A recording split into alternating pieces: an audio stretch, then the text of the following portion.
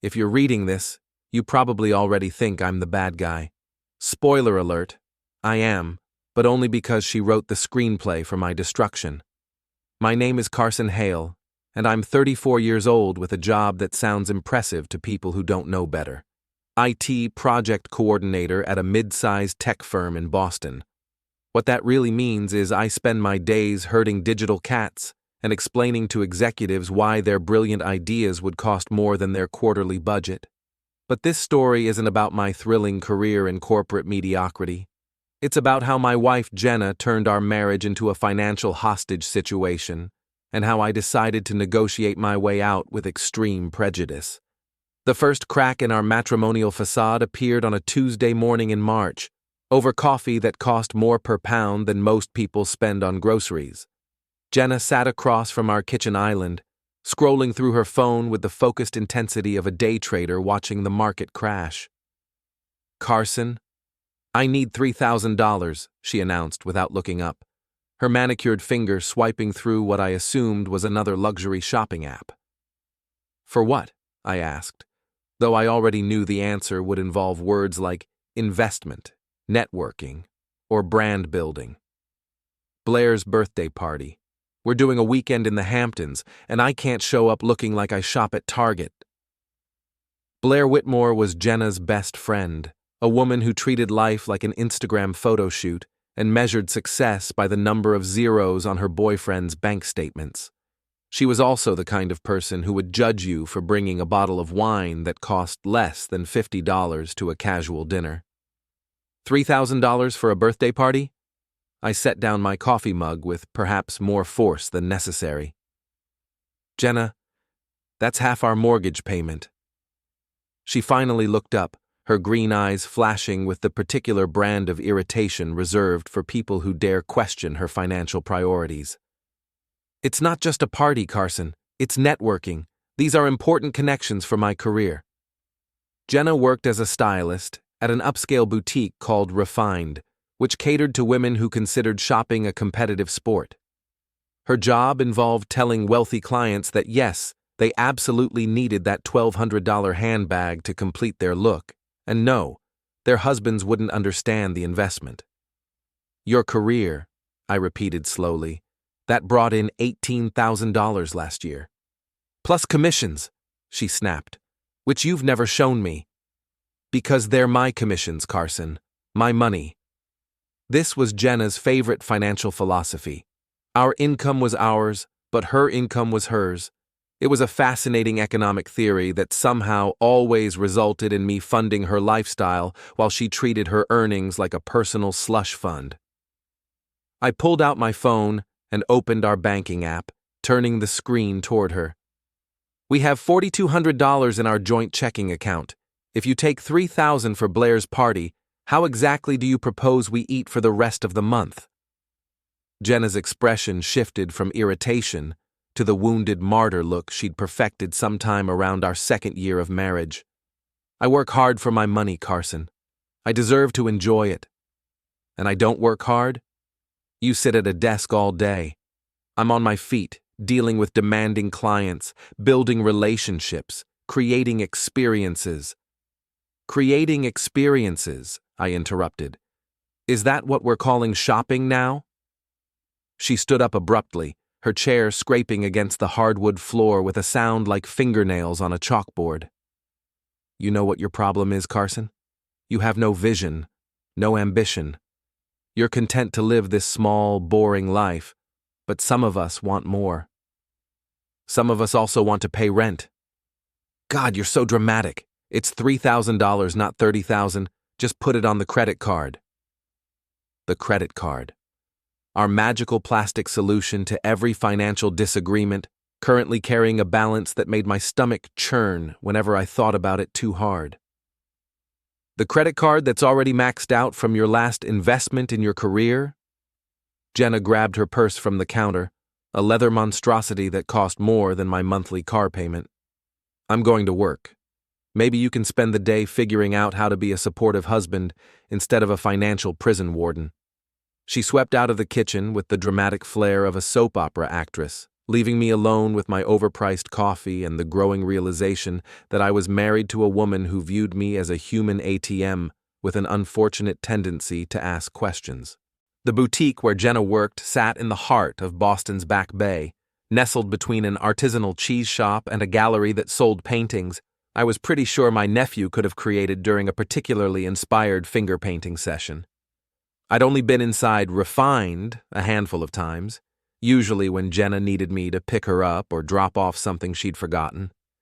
The place reeked of expensive perfume and financial desperation disguised as luxury. Every item was strategically placed to catch the light just so, and the price tags were small and discreet, as if acknowledging the cost might break the spell that convinced people they needed a $400 scarf. Jenna's co-worker, Tessa, had always struck me as the most honest person in that temple of overpriced fabric. She was younger than Jenna, maybe 26, with the kind of sharp intelligence that comes from growing up without trust funds or safety nets. Unlike Jenna, who treated customer service like a performance art, Tessa actually seemed to care about helping people find clothes they'd wear more than once. It was Tessa who called me 3 days after the Hamptons argument. "Carson, it's Tessa from the boutique. Do you have a minute to talk?" I was sitting in my office, staring at a project timeline that made about as much sense as Jenna's budget requests. "Sure, what's up?" "Look, I don't usually get involved in personal stuff, but..." She paused, and I could hear the sounds of the boutique in the background, classical music and the soft murmur of women discussing whether the navy blue or the midnight blue would better complement their complexion. "I think there are some things you should know about Jenna." My stomach dropped. In my experience, conversations that started with, "There are some things you should know," never ended with good news about surprise birthday parties or secret charitable donations. "What kind of things? Can we meet somewhere?" "Not here, obviously. Maybe that coffee shop on Newberry Street? The one with the terrible jazz music?"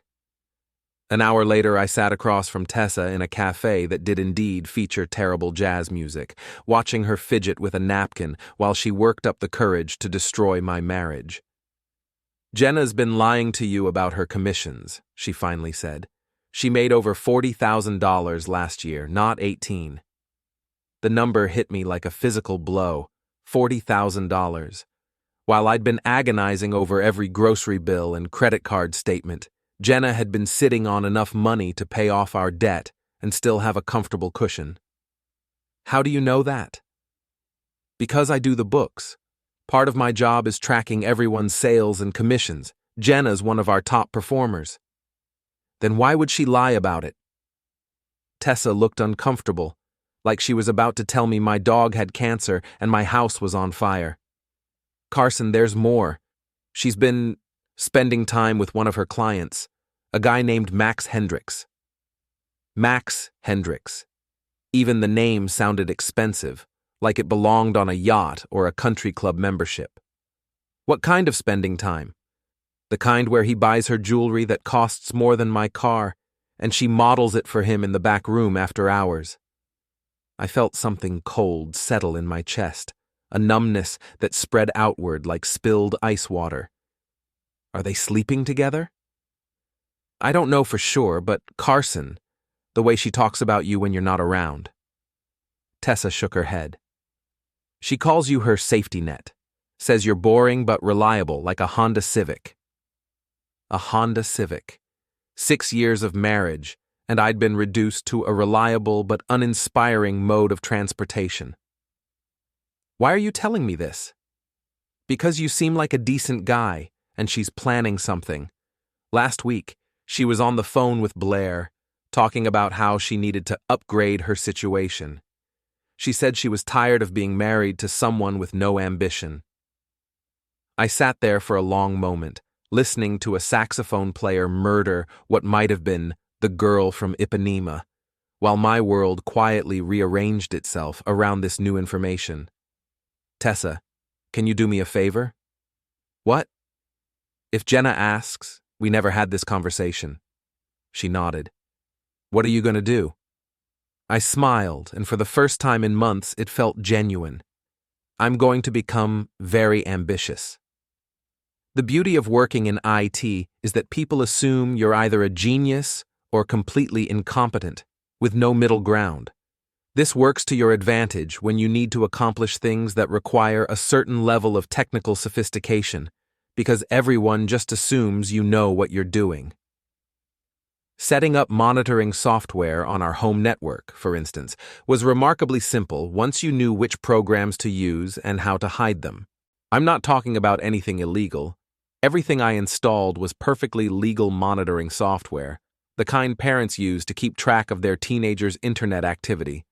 I just happened to be using it to keep track of my wife's financial infidelity. The first thing I discovered was that Jenna had 3 bank accounts I didn't know about. Not joint accounts, obviously. These were her private repositories for the commission money she'd been hiding. The largest account had a balance of $37,000. $37,000. While I'd been losing sleep over credit card payments and mortgage timelines, my wife had been building a secret nest egg that could have solved every financial problem we had. But the money wasn't the worst part. The worst part was the text messages. Jenna's phone automatically backed up to our shared cloud storage, a convenience feature I'd set up years ago and completely forgotten about until now. Reading through her messages was like watching a slow-motion car accident, if car accidents involved your spouse systematically dismantling your marriage while complaining about your performance. The messages with Blair were particularly illuminating. Jenna. God, Carson is being such a tight ass about money again. I swear he thinks I should live like a nun just because he has no ambition. Blair. You need to think about your future, babe. You're not getting any younger, and there are plenty of men out there who would appreciate what you bring to the table. Jenna. I know, but it's complicated. Carson's stable, you know. He pays the bills, doesn't cheat, doesn't drink too much. He's like insurance. Blair. Insurance is boring. You deserve someone who sees you as the prize you are. The prize.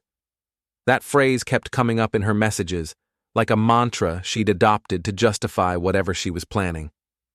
Jenna saw herself as some kind of romantic lottery ticket, and I was the unfortunate holder who didn't appreciate my good fortune. Then there were the messages with Max. Max Hendricks, as it turned out, was a 42-year-old venture capitalist with a wife, 2 kids, and a hobby of collecting beautiful women like some people collect vintage wines. His messages to Jenna read like a masterclass in manipulation, all carefully crafted compliments and strategic gifts designed to make her feel special while keeping her at arm's length. Max. That emerald bracelet looks stunning on you. You have such elegant wrists.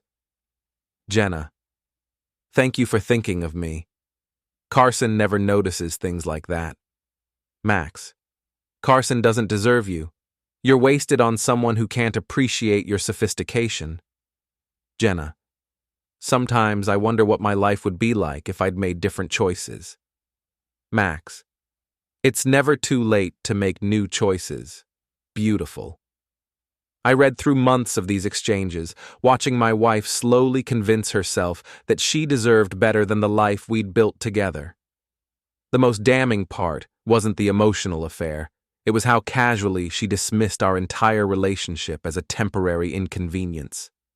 In one particularly brutal exchange with Blair, Jenna laid out her strategy. Jenna. I'm thinking of asking Carson for a divorce after Blair's birthday party. I've been putting money aside, and Max has been hinting about helping me get set up in my own place. Blair. Are you sure Max is serious?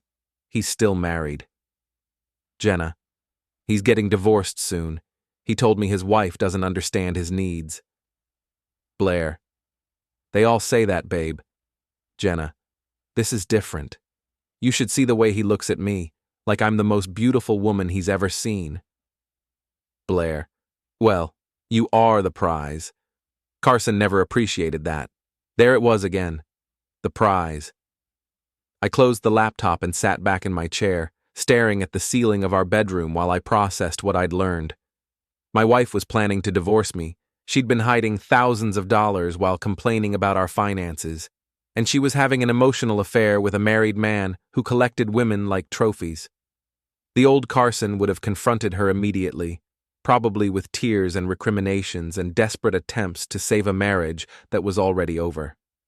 The old Carson would have begged her to go to counseling, promised to change, maybe even offered to take on more debt to fund her lifestyle. But the old Carson hadn't known he was married to a woman who saw him as a Honda Civic with a reliable payment history. The new Carson was going to be much more interesting. My friend Dev worked in the cubicle next to mine, and his primary qualification as a human being was his ability to find humor in even the most soul-crushing corporate situations. He was the kind of guy who brought energy drinks to morning meetings and made jokes about our boss's toupee that were just subtle enough to avoid HR complaints. Dev was also recently divorced, which made him uniquely qualified to offer advice on marital warfare. "So let me get this straight," he said, leaning back in his chair while pretending to review a project proposal. "Your wife has been hiding 40 grand while crying poor. She's emotionally cheating with some rich guy, and she's planning to dump you after her friend's birthday party." "That's the basic situation, yes." "And you want my advice on how to handle this?" "I want your advice on how to destroy her." Dev's eyebrows shot up. "Destroy her? Carson, that doesn't sound like you." "The old me was a pushover. The new me has learned some things about ambition." He grinned. "I like the new you already. Okay, first rule of divorce warfare, document everything. Second rule, never let them see you coming. Third rule, always remember that the best revenge is living well, but the second best revenge is making sure they don't." Over the next week, Dev helped me develop what we called Operation Prize Package, a systematic plan to dismantle Jenna's carefully constructed exit strategy while ensuring I came out ahead in every possible way. Step 1 was financial reconnaissance. I spent my evenings going through 7 years of bank statements, credit card bills, and tax returns, building a comprehensive picture of our marital finances. What I discovered was even worse than I'd imagined. Jenna hadn't just been hiding her recent commissions. She'd been systematically lying about money for years. Every time she'd claimed to be broke, every time she'd guilted me into covering her expenses, every time she'd made me feel selfish for questioning her spending, she'd had thousands of dollars sitting in accounts I didn't know about. The credit card debt I'd been losing sleep over? Most of it came from purchases Jenna had made during shopping trips she'd claimed were work-related networking events.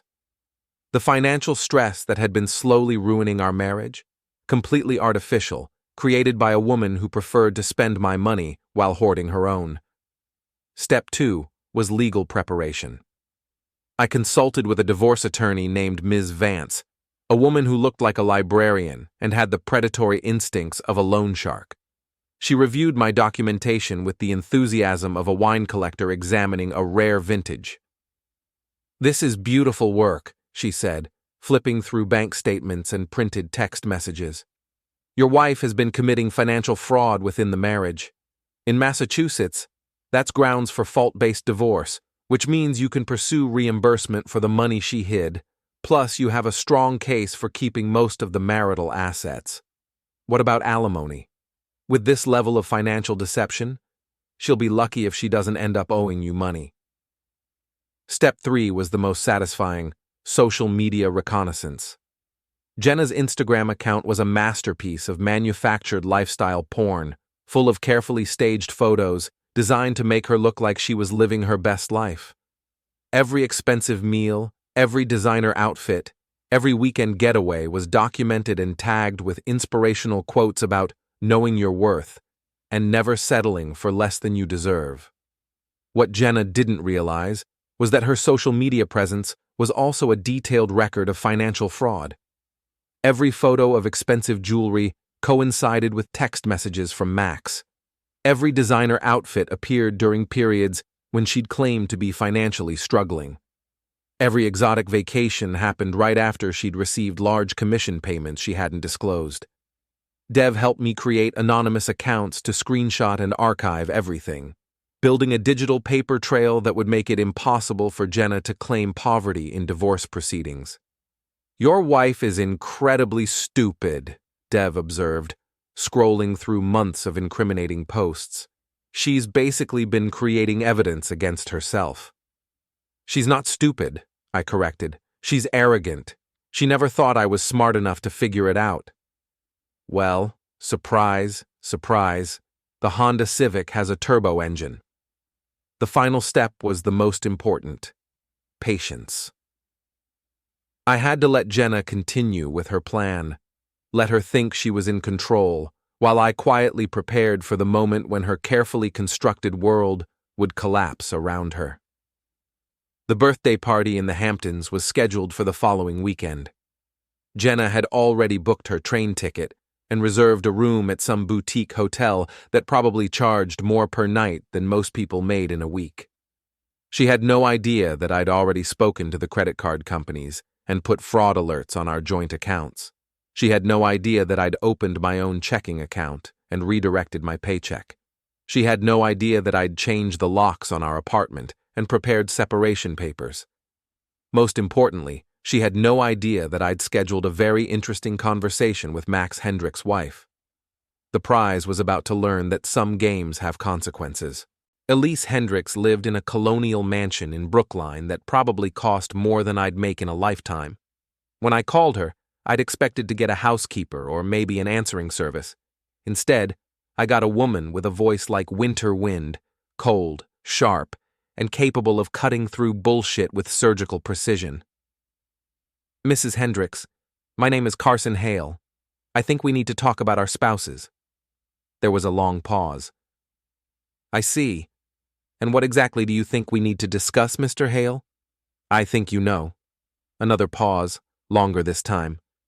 "Come over at 2 o'clock. Park in the driveway, not on the street. And Mr. Hale, bring evidence." Elise Hendricks was nothing like what I'd expected. Instead of the pampered trophy wife I'd imagined, she turned out to be a sharp-eyed woman in her early 40s with the kind of quiet authority that comes from running things behind the scenes. Her house was immaculate but not showy, expensive but tasteful, like she had money but didn't need to prove it to anyone. She invited me into a sitting room that probably cost more than my annual salary to furnish, offered me coffee from a service that looked like it belonged in a museum, and then settled back in her chair like a judge preparing to hear evidence. "Show me," she said simply. I opened my laptop and walked her through the text messages, the financial records, the social media posts. She listened without comment, occasionally asking me to scroll back to reread something, her expression never changing from polite attention. When I finished, she was quiet for a long moment. "How long has this been going on?" she finally asked.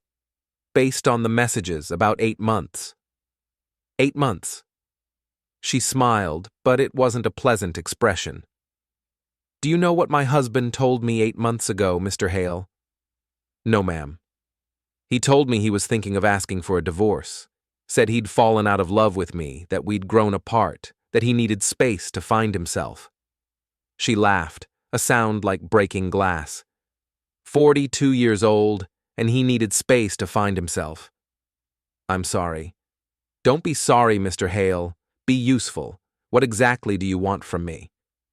"I want Max to stop encouraging my wife to leave me. I want him to understand that actions have consequences.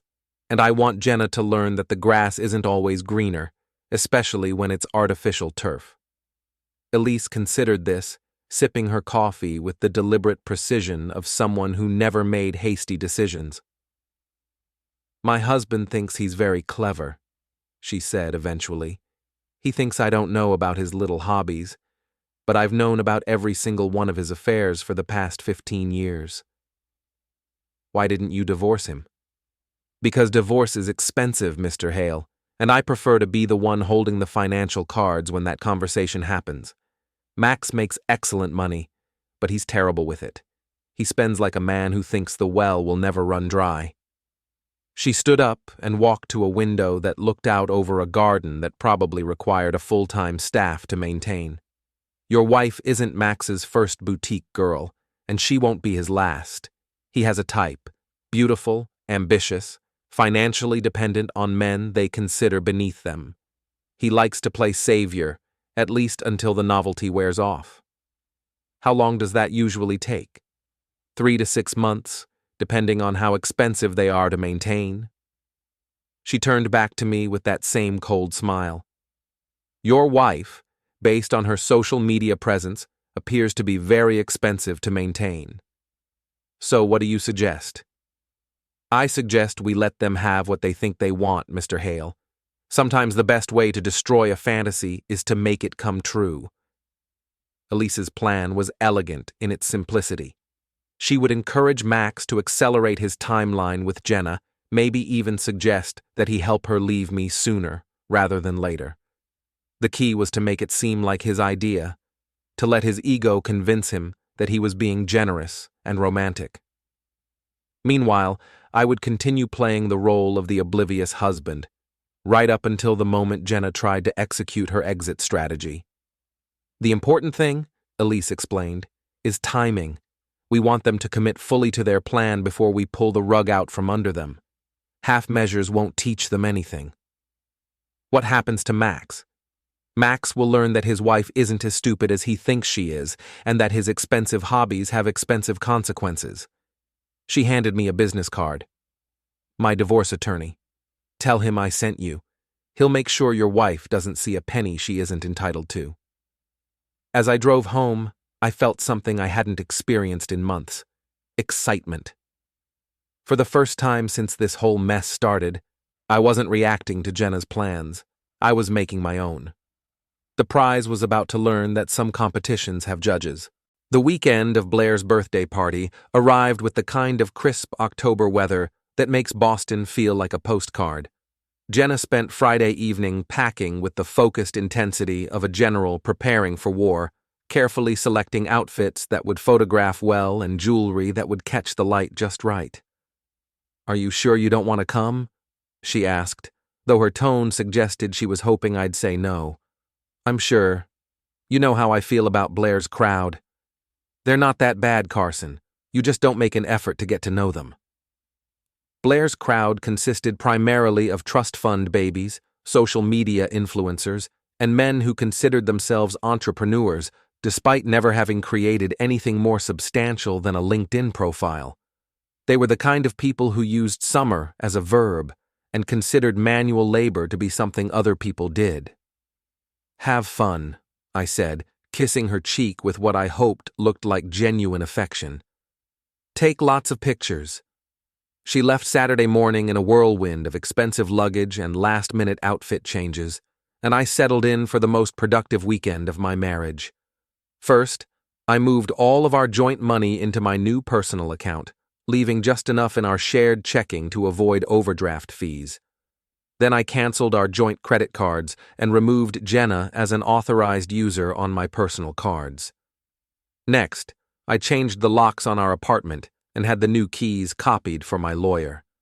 I packed all of Jenna's belongings into boxes, which I stacked neatly in the living room, along with printed copies of our bank statements, her hidden account information, and her text message conversations with Max. Finally, I prepared what Dev had dubbed the prize package, a comprehensive dossier of Jenna's financial deception, emotional affair, and divorce plans, complete with a timeline and supporting documentation. By Sunday evening, everything was ready. Jenna returned home around 9 o'clock, glowing with the satisfaction of a weekend spent being admired and photographed. She was scrolling through her phone, probably reviewing the social media content she'd generated, when she tried to unlock our front door. Her key didn't work. I watched through the peephole as she tried it several times, her expression shifting from confusion to irritation to something approaching panic. Finally, she knocked. Carson, my key isn't working. Can you let me in?" I opened the door and stepped aside, watching her face as she took in the boxes, the paperwork, and my carefully neutral expression. "What's all this?" she asked, though I could see in her eyes that she already knew. "Your stuff," I said simply, "and some reading material you might find interesting." She picked up the top folder and opened it, her face going pale as she recognized her own text messages printed in black and white.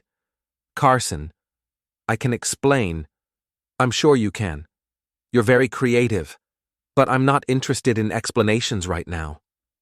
You went through my phone?" Her voice was rising, shifting from defensive to outraged. "You violated my privacy?" "I monitored our shared cloud storage account, which you agreed to when I set up our family plan. Everything I found was legally obtained." "This is insane. You can't just lock me out of my own home." "It's not your home, Jenna. It's my apartment. Your name isn't on the lease, and you haven't contributed to rent in over 2 years." She stared at me like I'd grown a second head. This wasn't the Carson she knew, the pushover who apologized for asking questions about money and accepted her explanations without argument. "Where am I supposed to go?" "I don't know. Maybe Max can help you figure it out." "Max?" She laughed, but it sounded forced. "Carson, Max is just a client. There's nothing going on between us." I handed her another folder. Page 12. The text where you tell Blair that Max promised to help you find an apartment after you divorce me.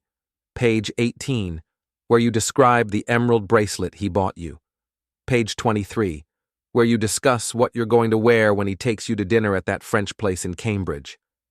She flipped through the pages, her face cycling through emotions like a slot machine: anger, fear, calculation, desperation. "Carson, please. We can work this out. I know I made some mistakes, but we can go to counseling, We can't do anything, Jenna. You made your choice when you decided I was boring but reliable, like a Honda Civic. You made your choice when you hid $40,000 while complaining that we couldn't afford groceries. You made your choice when you started planning your exit strategy with another man." "I never slept with him."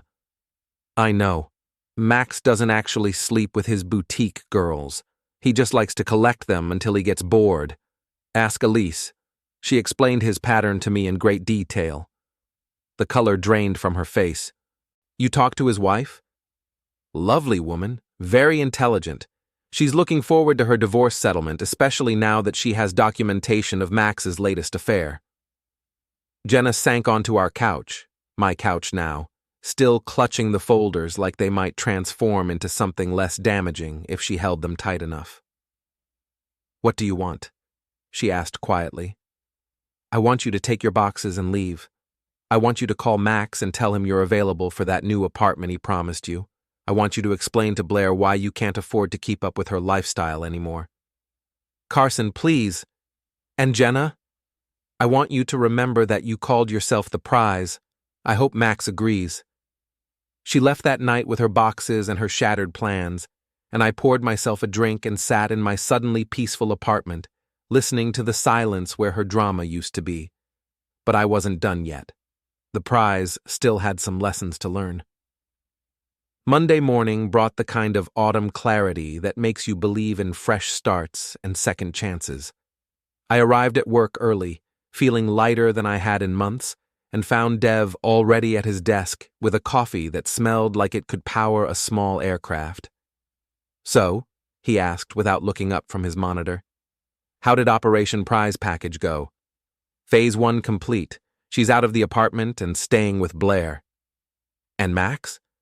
"According to Elise, he's been mysteriously unavailable since Saturday night. Apparently he's traveling for business and can't be reached." Dev grinned. Amazing how quickly business travel becomes necessary when the wife starts asking pointed questions about credit card statements. My phone buzzed with a text from Jenna. "Carson, we need to talk. This is all a misunderstanding." I showed the message to Dev, who snorted. "A misunderstanding? What part was misunderstood? The part where she hid 40 grand? Or the part where she planned to dump you for a married venture capitalist?" "I'm thinking both parts were pretty clear. Are you going to respond?" "Eventually. But not yet. Let her sweat for a while." The beautiful thing about having documented evidence of someone's deception is that it eliminates the need for dramatic confrontations or emotional arguments. Everything Jenna might say to defend herself was contradicted by her own words, captured in text messages and financial records that painted a clear picture of calculated betrayal.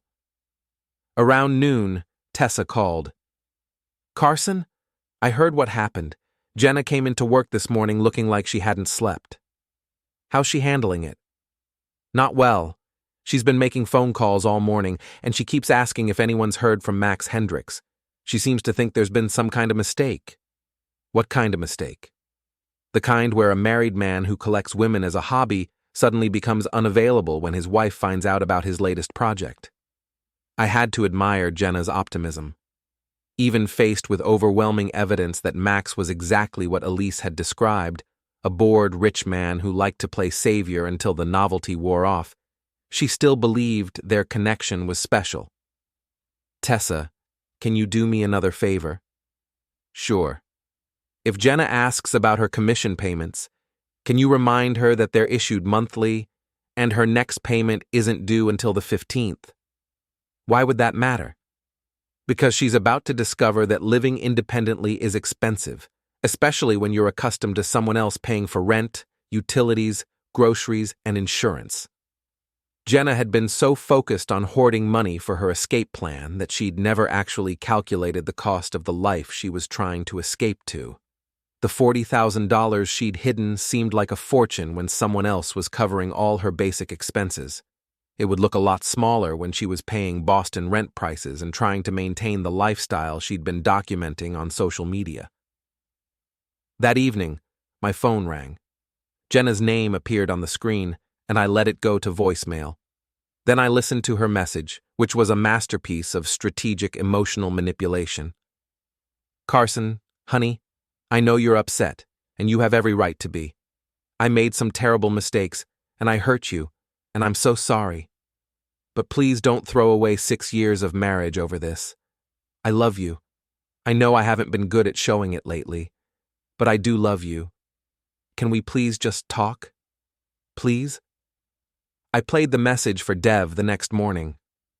"Wow," he said. "She's good. If I didn't know the context, I might actually believe she meant that."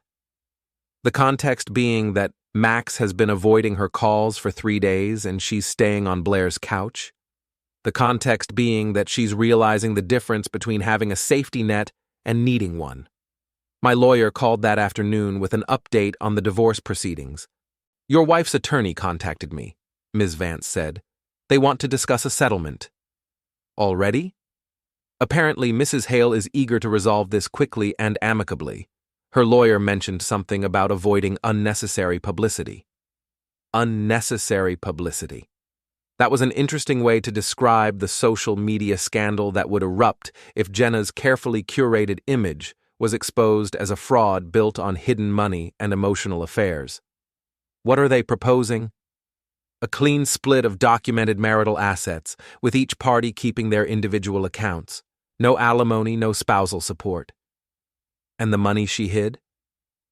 They're claiming those were always separate accounts, never intended as marital property, even though she used them to fund a lifestyle that I was paying to maintain.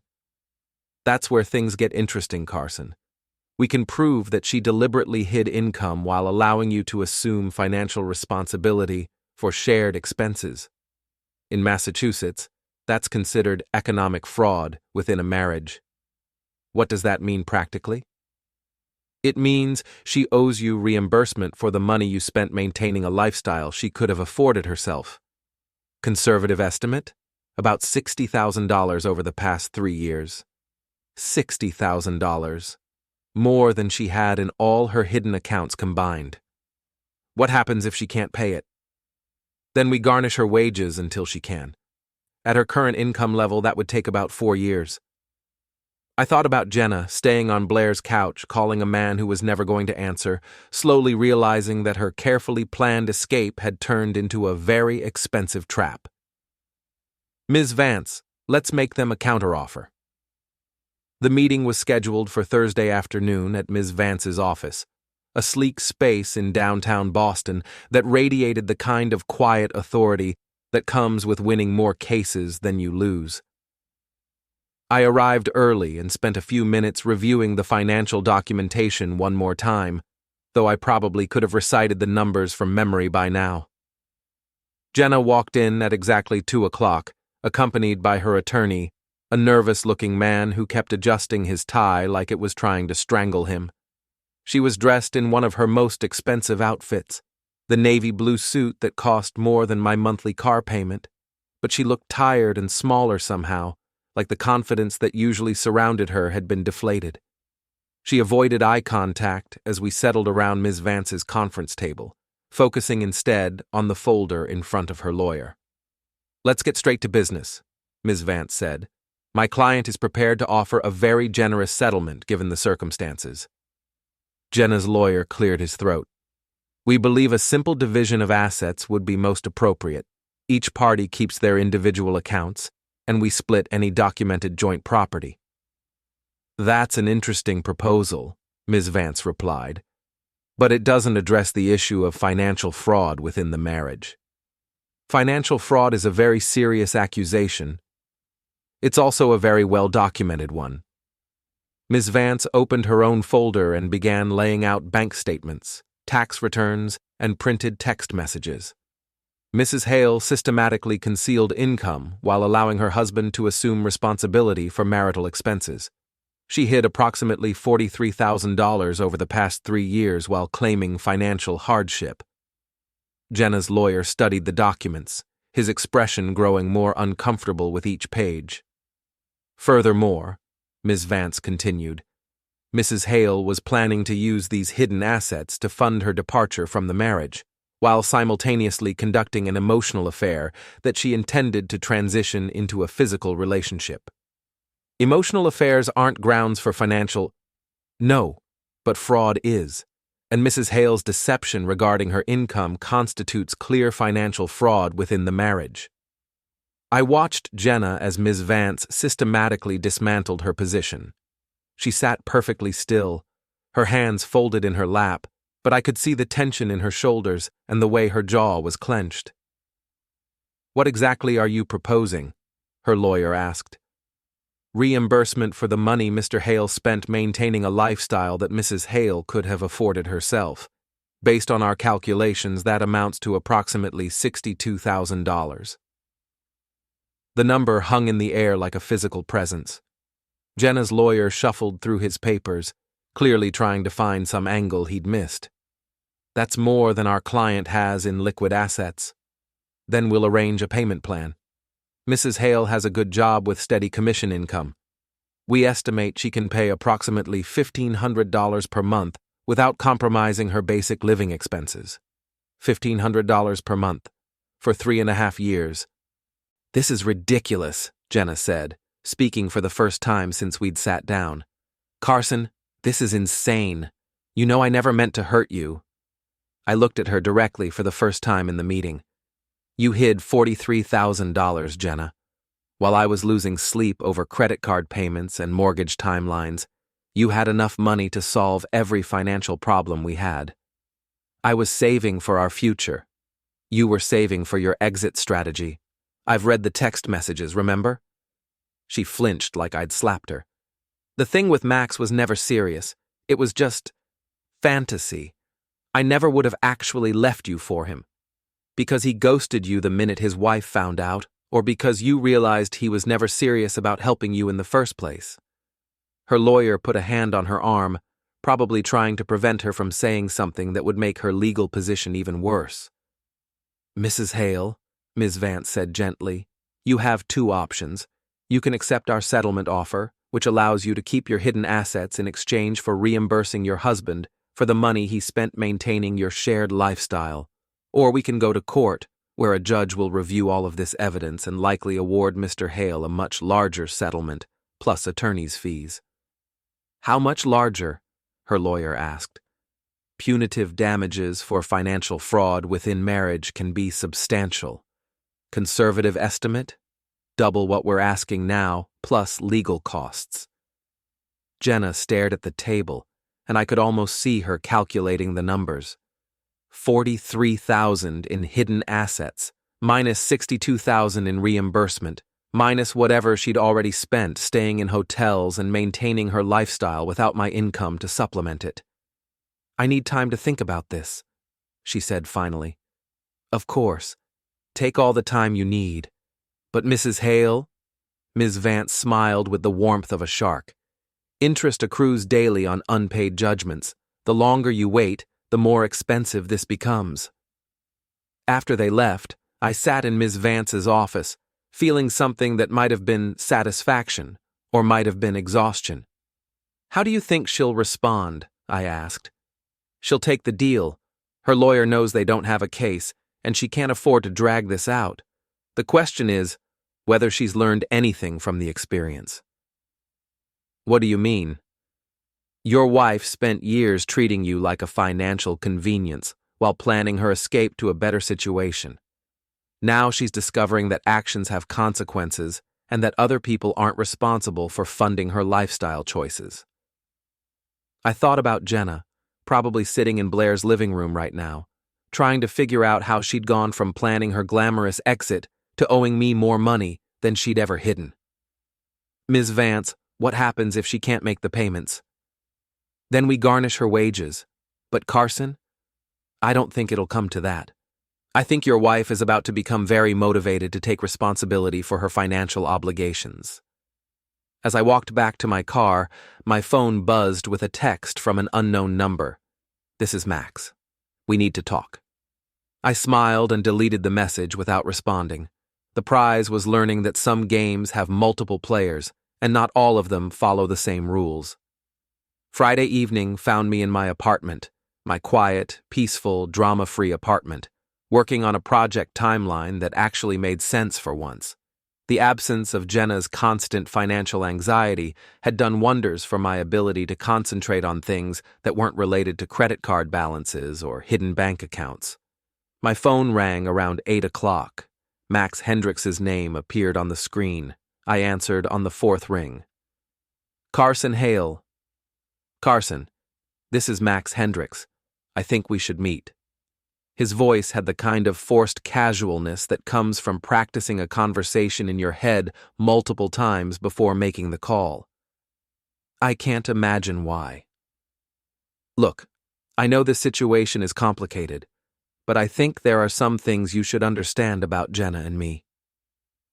I understand plenty, Max. I've read all the text messages. There was a pause. Those messages were taken out of context. Which context would that be? The context where you encouraged my wife to leave me, or the context where you bought her expensive jewelry while telling her she deserved better than her marriage? Jenna was unhappy, Carson. I was just being supportive. Supportive. Is that what you call it when a married man tells another man's wife that she's wasted on her husband? Another pause, longer this time. I'd like to meet in person. There are things I can explain that might help your situation. My situation is fine, Max. How's yours? What do you mean? I mean, how are things going with Elise? She seemed very interested in your supportive relationship with Jenna when we talked. The silence stretched out long enough that I wondered if he'd hung up. You talked to my wife? Lovely woman. Very intelligent. She had some fascinating insights about your hobbies. Carson, listen to me. Whatever Elise told you, whatever she's planning, you don't want to get caught in the middle of it. I'm not in the middle of anything, Max.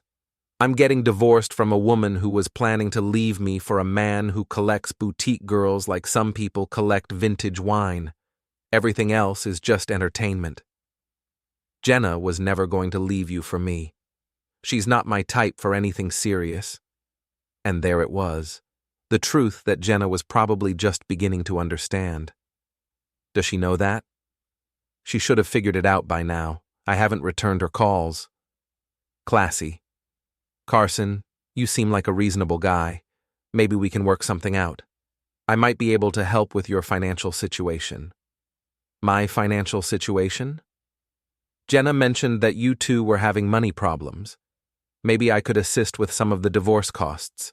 Help smooth things over. I laughed, a genuine sound of amusement that seemed to surprise him.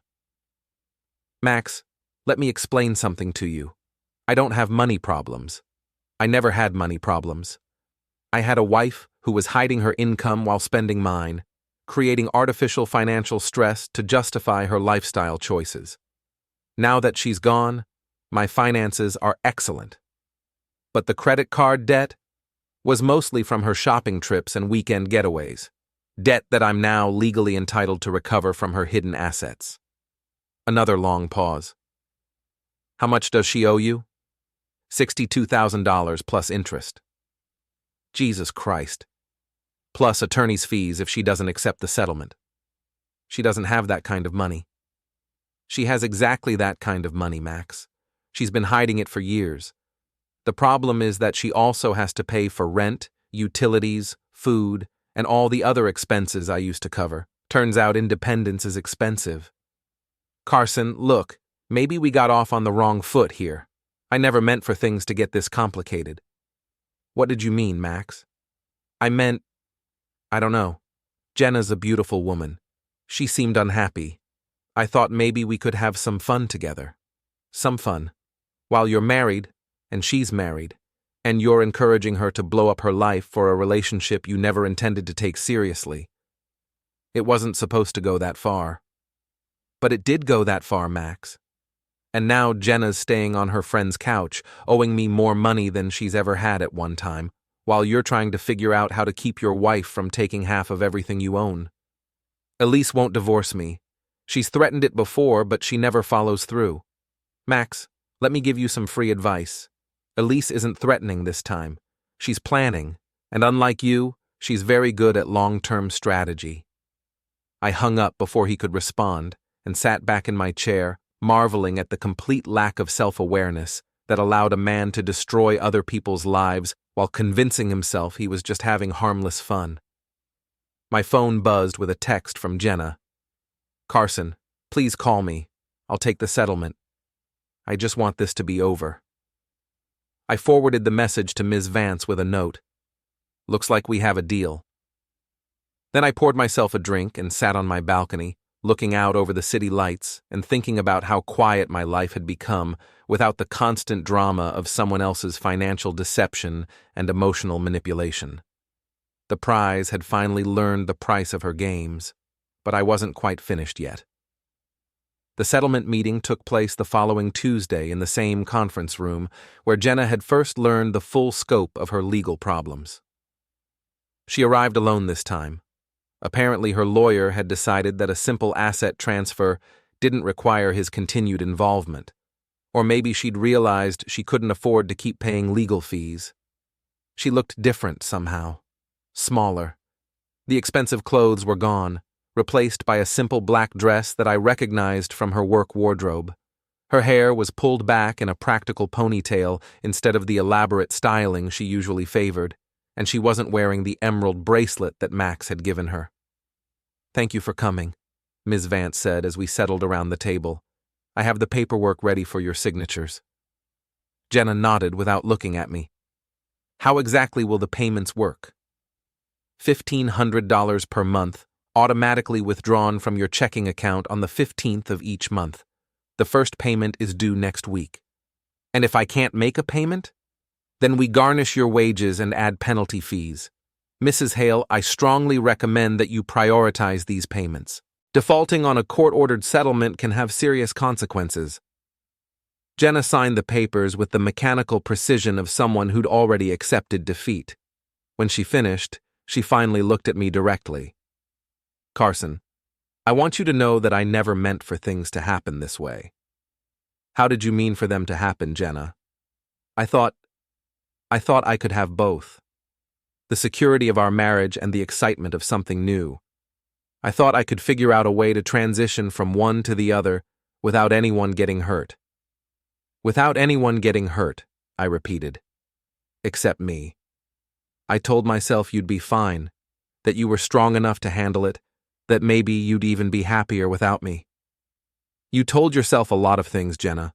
Most of them were convenient lies designed to justify what you wanted to do anyway. She flinched but didn't argue. I know that now. Do you? Because 3 weeks ago you were calling yourself the prize, like I should be grateful for the privilege of funding your lifestyle while you planned your escape. I was wrong. You were selfish. There's a difference. Ms. Vance cleared her throat diplomatically.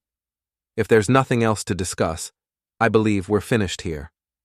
Jenna stood up and gathered her purse, moving with the careful precision of someone who'd learned not to make sudden movements around legal documents. Carson, she said as she reached the door. What? For what it's worth, I'm sorry. I know that doesn't fix anything, but I am sorry. I watched her leave and felt nothing but a mild sense of completion, like finishing a particularly tedious project at work. How do you feel? Ms. Vance asked. Relieved, mostly, and curious about what she's learned from all this. What do you think she's learned? That actions have consequences, that other people aren't responsible for funding her dreams, that married men who collect women as hobbies aren't reliable sources of long-term security. Those are valuable lessons. Expensive lessons, but then again, the most important lessons usually are. I walked out of Ms. Vance's office into a crisp November afternoon, breathing air that seemed cleaner somehow, like a storm had passed and cleared away all the accumulated debris. My phone buzzed with a text from Dev. How did it go? It's over, I replied. Operation Prize package complete. Drinks tonight to celebrate? Absolutely. As I walked back to my car, I thought about Jenna probably heading back to work at the boutique, where she'd have to sell expensive clothes to wealthy women while calculating how many commissions it would take to cover her monthly payment to me. I thought about Max, probably explaining to Elise why his credit card statements showed charges at jewelry stores and expensive restaurants during months when he'd claimed to be cutting back on discretionary spending. But mostly, I thought about how quiet my apartment would be tonight, and how nice it was to check my bank balance without feeling my stomach clench with anxiety. The prize had learned that some games have winners and losers, and that the house always keeps a percentage. I was the house, and for the first time in years, I was winning. 3 months later, I received a text from an unknown number. Carson, this is Tessa from the boutique. Thought you should know, Jenna quit yesterday.